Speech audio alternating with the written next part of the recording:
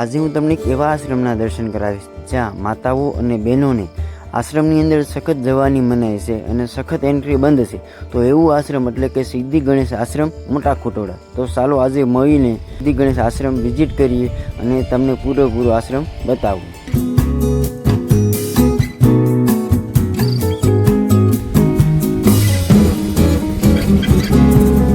Hello YouTube family, welcome back to my new blog. મિત્રો, ફરીથી એક નવા વિડીયોમાં સ્વાગત છે. મિત્રો, આજે કોઈ ધાર્મિક સ્થળ નથી, આજે કોઈ એવું લોકેશન નથી, આજે કોઈ નજારો નથી, પણ આજે હું તમારા માટે સ્પેશિયલ લઈને આવ્યો છું કે જે એક બાપુનો આશ્રમ છે, ગિરિરાજ બાપુનો આશ્રમ છે અને એ આવેલો છે મોટા ખુટોડામાં. તો ચાલો આજે હું તમને કરાવવાનો છું આશ્રમના દર્શન. આશ્રમમાં જે ગૌશાળા છે અને આશ્રમમાં જે માતાઓ અથવા બહેનો ઉપર સખત પ્રતિબંધ છે, કોઈ અવર જવર નથી, મતલબમાં માતાઓ અથવા બહેનો કોઈ વ્યક્તિ અંદર પ્રવેશ ના કરી શકે આશ્રમમાં. તો એવા આશ્રમના હું તમને આજે દર્શન કરાવવાનો છું અને વિઝિટ કરાવવાનું છે અને પૂરેપૂરું લોકેશન આપણે કવર કરશું અને પૂરી માહિતી જાણશું. ના ગૌશાળા એ પણ જાણશું. જે ગિરિરાજ બાપુ છે જે નેપાળી બાપુ તરીકે પ્રખ્યાત છે, તો એ બાપુના તમને જે ફોટા વગેરે અથવા એમની જે સમાધિ છે તો એમના પણ હું તમને દર્શન કરાવી. બ્લોગમાં રહેવાનું છે, જોવાનું નહીં ભૂલતા, પૂરેપૂરું જોવાનું બહુ મજા આવશે. ચાલો તો આપણે જઈએ મોટા ખુટોડા.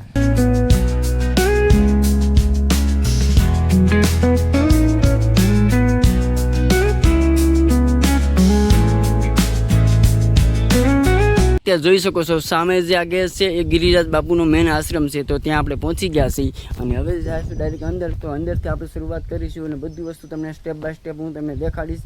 તો ચાલો જઈએ.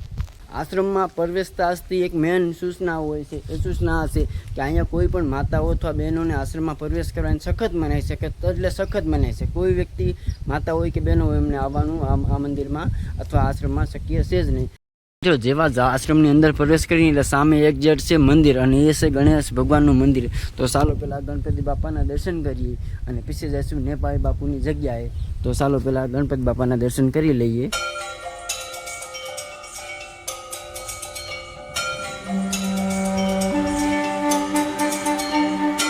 તમને ગણપતિ બાપાના દર્શન કરાવી દીધા છે. સાક્ષાત ગણપતિ હાજર બેઠા છે અને જોઈ શકો છો મંદિરનો અંદરનો આ નજારો છે આ રીતનો કંઈક.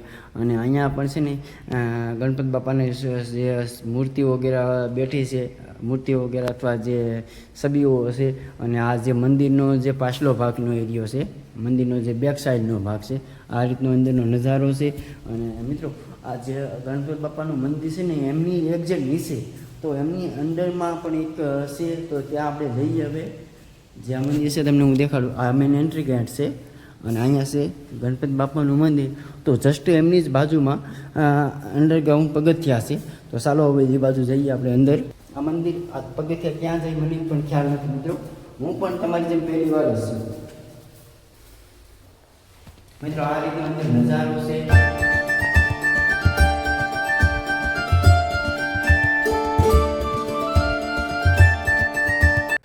જેમ કે મિત્રો તમે જોયું કે અંદર છે ને એક જે ગિરિ બાપુ અથવા જે નેપાળી બાપુ છે એમના ફોટો વગેરે હતા, ભોળાનાથના ફોટો હતા અને માતાજીના ફોટા વગેરે હતા અંદર ગુફાની અંદર. એટલે જે આ મંદિર છે ને, જે મંદિર એમની એક્ઝેક્ટ નીચે છે, અંડરગ્રાઉન્ડમાં અંદર ગુફા છે અને એ રીતની છબીઓ છે. તો ચાલો હવે જશું આપણે જે નેપાળી બાપુની જે સ્થાન છે ત્યાં જઈએ અને વિઝિટ કરી નેપાળી બાપુના સ્થાને. મિત્રો, તમે જોઈ શકતા છો અહીંયા અવાજ પણ ડબલ થઈ જાય છે. જેમ કે હું જે અંદર અત્યારે છે ને તો એક જેટ મારી સામે છે ભોળાનાથનું શિવલિંગ અને આની અંદરમાં જે નેપાળી બાપુની સમાધિ સ્થાન છે અને ચારે બાજુ જોઈ શકો છો એમના ફોટા વગેરેઓ છે, જોઈ શકો છો. અને સામે છે સિદ્ધ ગણેશ બાપુ અને અહીંયા એમની પૂજાની વિધિઓ તમામ સામાન છે, જોઈ શકો છો મિત્રો.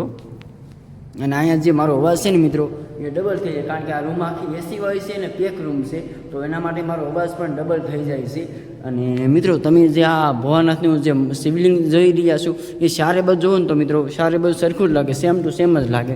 કારણ કે આ બાજુ જુઓ ને તો પણ સેમ લાગે અને પેલી બાજુ જુઓ ને તો પણ સેમ લાગે. અને મિત્રો, મસ્ત મજાનો આશ્રમ છે અને દીવાનું પણ પ્રાગટ્ય સ્થાન જોઈ શકો છો તમે. આ રીતનો કંઈક નજારો છે, તમને થોડું નજીકથી દેખાડું, જોઈ શકો છો.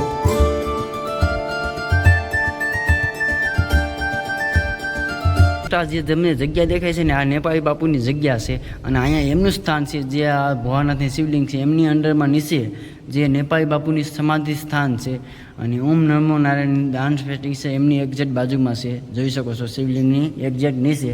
અને આ આખો રૂમ છે બાપુનો, બહુ મસ્ત મજાનો મિત્રો વ્યૂ છે, જોઈ શકો છો તમે.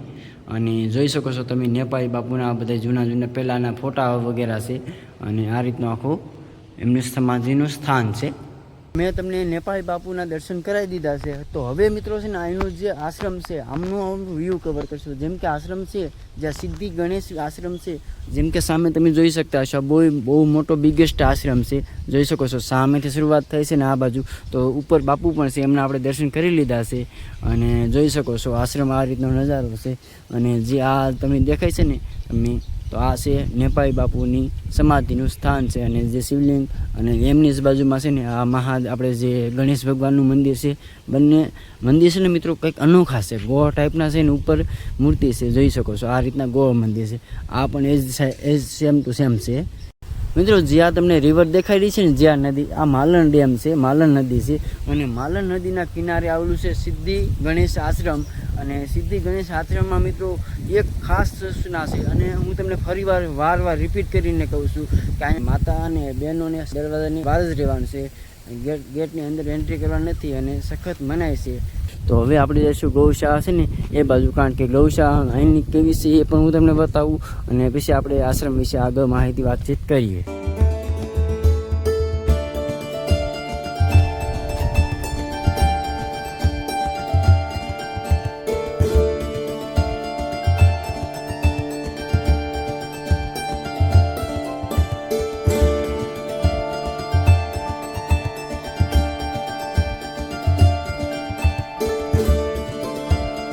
તમને આ જે માલણ નદી દેખાય છે, માલણ નદી એક્ઝેક્ટ કાંઠે છે ને સિદ્ધિ ગણેશ આશ્રમ આવેલો છે ને ત્યાં મોટું ગૌશાળા છે.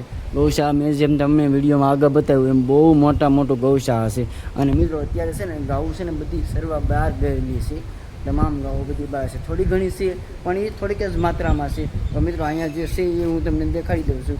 બાકી મિત્રો કોઈ પણ વ્યક્તિને ઘણા ખરા પ્રશ્ન થતા હોય, ગૌશાળાઓ એટલે ઘણા ખરા પ્રશ્ન થતા હોય, જેમ કે ગૌશાળા કઈ રીતે ચાલતી છે, જે એમને સારો વગેરે. કારણ કે ચોમાસામાં તો ઓલરેડી મિત્રો સરવા આવી જાય છે, પણ જ્યારે શિયાળાનું સિઝન હોય, ઉનાળાનું સિઝન હોય ત્યારે એમને શું નહીં રહેશે. કહેવાનો મતલબ એમ છે કે જ્યારે ચોમાસું હોય ત્યારે તો ઓલરેડી ગાયો છે, તમામ ગાયો છે સરવા આવી જાય છે જંગલમાં, જે ખુલ્લી જગ્યામાં, કારણ કે ત્યાં ઘાસ એમને મળી જાય. પણ જ્યારે શિયાળો અને ઉનાળાની જે સિઝન આવે છે, જ્યારે ઘાસ ને એવું જ્યારે ખૂટી જાય છે, જ્યારે ઉનાળાની સિઝનમાં જ્યારે ઘાસ ને એવું બધું સુકાઈ જાય છે લીલુંછમ, તો ત્યારે મિત્રો ગાયની જે આ બધી જે ગાયો તમને દેખાઈ રહી છે, તો એમને સારવા માટે, જે એમને નીણ કરવા માટે જે સારો વગેરે છે, તો એમની વ્યવસ્થા પણ અહીંયા ક્યાંક ને ક્યાંક આશ્રમમાં હોય.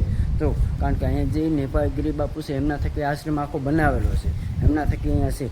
તો અહીંયા જ્યારે તમે આવો તો કોઈ વ્યક્તિ જો એવા દાન કરવા મહાનુભૂતિ હોય છે જે એમની દાન કરી શકે છે. અને આશ્રમ છે મિત્રો, તમે ગૌશાળાના લાભાર્થે તમે તમારા થકી 2-5 રૂપિયા કાંઈ નહીં તો કૂવો ને કૂવો પણ તમે દઈ શકો છો અને ગૌશાળાને અર્પણ કરી શકો છો. આ વિડીયોને શેર કરો ને, જેના માધ્યમથી ગૌશાળાના લાભાર્થે ક્યાંક ને ક્યાંક મિત્રો આવી શકે છે. અને મારો કહેવાનો મતલબ તમે સમજી ગયા હશો હું શું કહેવા માગું છું. તો મિત્રો આ રીતનું બધી ગૌશાળામાં હોય છે, તો તમારાથી થકી જે પણ શક્ય હોય એટલું તમે દાન અહીંયા કરાવી શકો છો અને ગૌશાળાને એક પુણ્યનું કામ કરી શકો છો. તો સામે પણ થોડી ઘણી ગાઉં છે, હું તમને આગળ જઈને બતાવું. સિદ્ધિ ગણેશ આશ્રમ છે, તો ત્યાં ગૌશાળા પણ વિશાળ છે ને સાથે સાથે આશ્રમ પણ વિશાળ છે. તો ચાલો હવે આપણે જઈશું જે સિદ્ધિ ગણેશ આશ્રમ છે, જે એમનું રસોડું છે એ પણ બતાવું અને આશ્રમની જે રૂમો વગેરે છે એ પણ તમને બતાવું. જોઈ શકતા હશો આ છે અહીંયા, બાકીના તમામ છે ને મિત્રો બહાર ગયેલા છે સરવા માટે.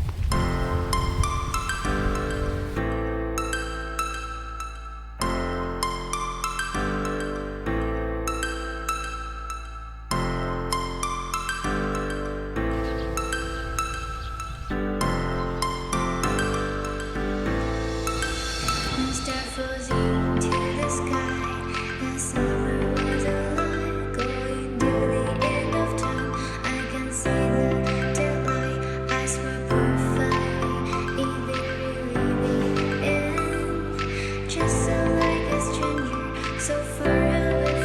એટલે સીધો સામે મોટો એક એન્ટર થવાનો એટલે મોટો સામે હોલ આવી જાય છે. જોઈ શકો છો મારી સામે એક્ઝેક્ટ કવડો મોટો હોલ છે.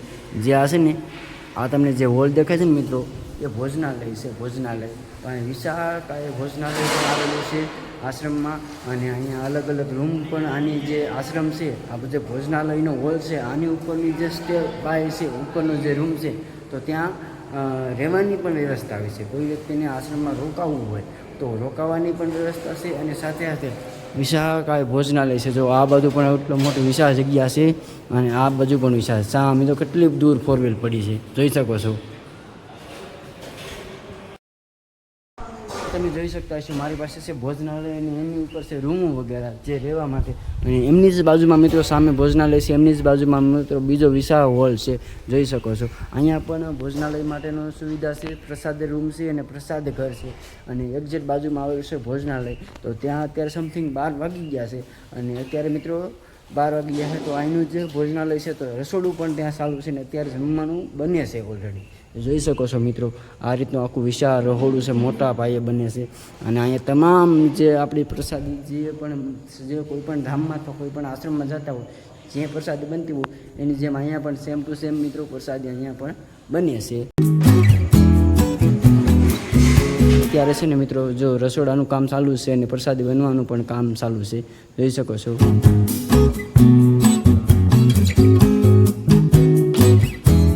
કોઈ પણ વ્યક્તિને ગણેશ સિદ્ધિ આશ્રમ આવવું હોય, ભાવનગરથી આવવું હોય તો સમથિંગ 118 કિલોમીટર ભાવનગરથી દૂર આવેલું છે સિદ્ધિ ગણેશ આશ્રમ. અને મહુવાથી આવવું હોય તો મહુવાથી 20 કિલોમીટરના અંતરે આવેલું છે સિદ્ધિ ગણેશ આશ્રમ. અને ડાયરેક્ટ તમે શોર્ટકટમાં પણ આવી શકો છો. મારા ગામથી સમથિંગ 45 કિલોમીટરના અંતરે આવેલું છે આ સિદ્ધિ ગણેશ આશ્રમ. અને વિઝિટ કરી શકો છો. સારામાં સારું લોકેશન છે, સારામાં સારો આશ્રમ છે.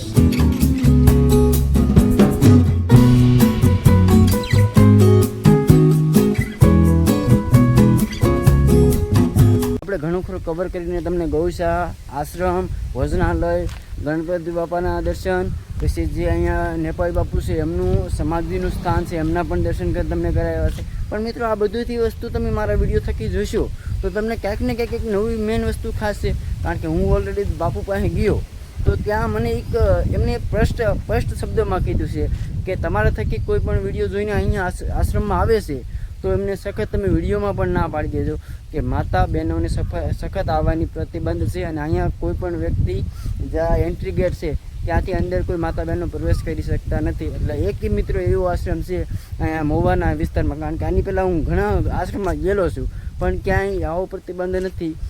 પણ ઓનલી એક જ આશ્રમ છે સિદ્ધિ ગણેશ આશ્રમ મોટા ખુટવડા આવો એટલે તમે ચોકડીથી જે જેસરવા રસ્તો ચડો એટલે વચ્ચે આવે છે સિદ્ધિ ગણેશ આશ્રમ. નેપાળી બાપુનો આશ્રમ છે, ગિરી બાપુનો આશ્રમ છે. બેસ્ટ લોકેશન, સારામાં સારું. અને એકવાર વિઝિટ કરો. તો મેં તમને ઘણું ખરું આશ્રમમાં કવર કરીને બતાવ્યું, ઘણું ખરું ડિટેલમાં સમજાવ્યું આશ્રમ વિશે, આશ્રમનું બહારનું, સાધુ સંતોનું, અહીંયા ગૌશાળાનું તમામ વસ્તુ બતાવ્યું. પણ મિત્રો મેં તમને પહેલાં પણ કીધું હતું અને છેલ્લે પણ કહેતો જાઉં છું કે અહીંયા આવવા માટે સખત પ્રતિબંધ છે માતાઓ અને બહેનો માટે. અને મિત્રો આ વિડીયોમાં તમે મને જરા એ કોમેન્ટ કરીને કહેજો કે આશ્રમ તમને કેવો લાગ્યો છે ને તમે અહીંયા આવવા માગો કે નહીં, જો એ પણ કમેન્ટમાં કહેજો. અને સાથે સાથે આ વિડીયો અહીંયા પૂરો કરશું. અને જતાં મિત્રો તમે આશ્રમ વિશે એક સારી એવી કોમેન્ટ પણ કરતા જજો. અને આ આશ્રમમાં કોણ આવેલું છે એ પણ મને જરા જણાવજો. બાકી મિત્રો આની જેવા અવનવા ટોપિક લઈને આપણે ક્યાંક ને ક્યાંક તમારા સમક્ષ રજૂ થઈશું. અને ફરીવાર એક નવા વિડીયો સાથે, નવા અંદાજ સાથે તો મળીએ છીએ હવે નેક્સ્ટ ટોપિકમાં અને નવા વિડીયોમાં. તો ત્યાં સુધી જય માતાજી ને જય સિદ્ધિ ગણેશ આશ્રમ.